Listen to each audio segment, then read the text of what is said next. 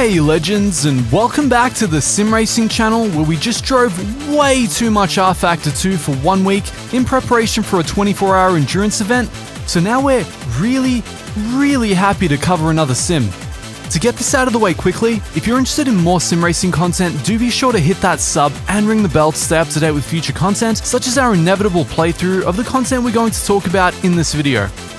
The big news in hardcore sim racing land is the announcement of the new 2020 GT World Challenge DLC for Assetto Corsa Competizione, coinciding with their big 1.6 update, which is slated to bring a host of physics and AI improvements. Now, being the kind of autist who can watch hours of time model cam in rFactor 2, you probably guessed already that instead of focusing on, let's say, them adding Imola to the game or 2 new cars, what I instead want to talk about in way too much detail is their new proposed tire model.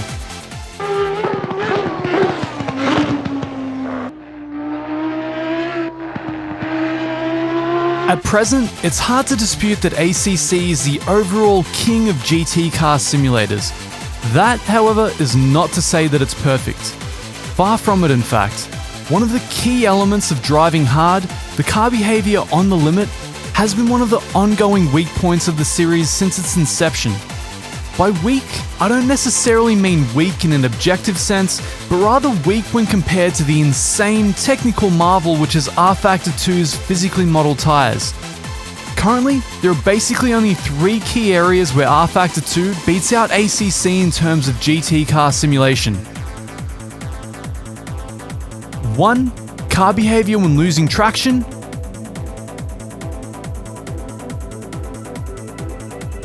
2. Car behavior over curbs. And 3. The amount of information the physics engine feeds to the player during either of these. Just about everything else ACC already does better. So naturally, when Kunos say new tire model, my mind immediately jumps to physical model? And I start to imagine a wonderful utopia of driving on the limit, with the ideal driving line being sprinkled with unicorn dust, causing my tires to never wear out and... Oh wait, we already did that with Project Cars 3. Final lap, try and take that position.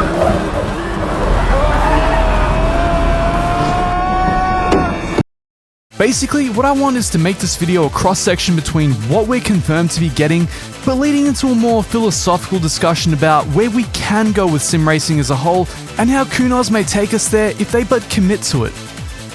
Currently, the news is that the GT World Challenge DLC will coincide with the new 1.6 version of the game, which brings a host of physics improvements, and the new 2020 Pirelli tire model, which features stiffer sidewalls and more even wear. Now, on one hand, this may be as simple as them keying in a few figures into their empirical tire model and calling it a day, or it could mean approaching the simulation of the tires from a different angle completely, aiming to circumvent one of the weaker points of Kunos' simulation engine since the original Assetto Corsa. For those who aren't familiar with the 2 main approaches to modeling tires, the first is the empirical, which is the old-school, formula-driven approach to getting a given set of outputs for a given set of inputs.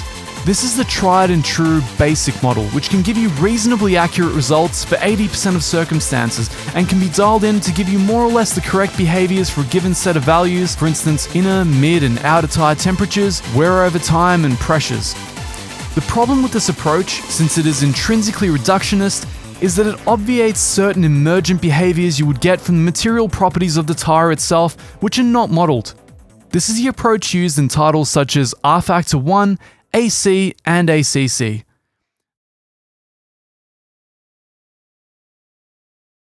The second approach, the more ambitious and the one more likely to be fraught with trials and tribulations, is the approach of physically modeling the tire. This results in the game virtually creating the structure and properties of the tire, from the compounds through to its construction.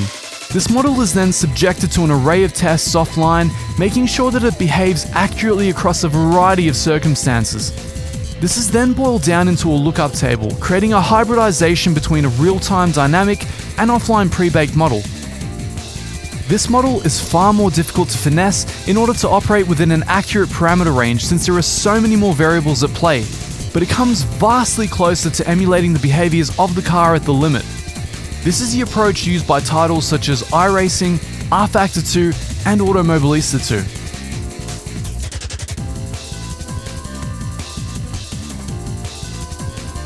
In order for ACC to overcome the limitations of the basic empirical model, at a given point during its development cycle they switched from a model which only sampled a single point source right in the middle of the tyre to a 5-point tyre model for the purpose of calculating collisions. Anybody that drove ACC prior to the 5-point tyre model update, such as your handsome narrator, can tell you what a train wreck the simulator was during those days. If you put your tyres on a remotely geometrically complex curb, you had a 50-50 chance of being shot out spiraling into the gravel traps like a failed NASA launch. I think it's reasonable to say that physical modeling is likely going to be the next generation approach to getting emergent behaviors in hardcore simulators. Since tyres are so vital to the handling properties of an automobile, it makes sense to start there. So whereas the ACC current tyre model simulates only 5 points underneath the tyres for the purposes of collision, not necessarily even for the purposes of calculating grip levels, the rFactor 2 tyre model uses the entire deforming surface of the tyre to calculate both collisions and grip levels, not to mention that it's operating at 2,400 Hz, several times more than the frame rate most PCs would be capable of running the simulator at. With that in mind, it's fairly easy to see why this would be ACC's Achilles heel. Now, there's been nothing in the documentation to suggest that a physical model is coming to ACC or even planned at any point down the line. However, the optimist in me always leaves room to dream for a better tomorrow.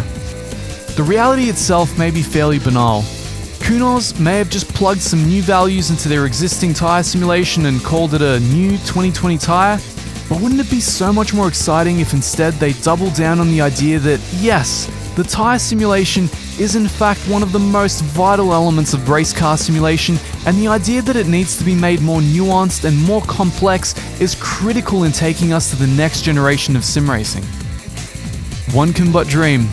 Until we find out, keep an eye out for the Assetto Corsa Competizione 2020 GT World Challenge DLC, launching sometime this month, November of 2020. If you enjoyed this video and want to see more sim racing content, including my inevitable feature of this actual DLC upon its release, be sure to hit the sub and ring the bell, and I'll see all of you guys in the next one.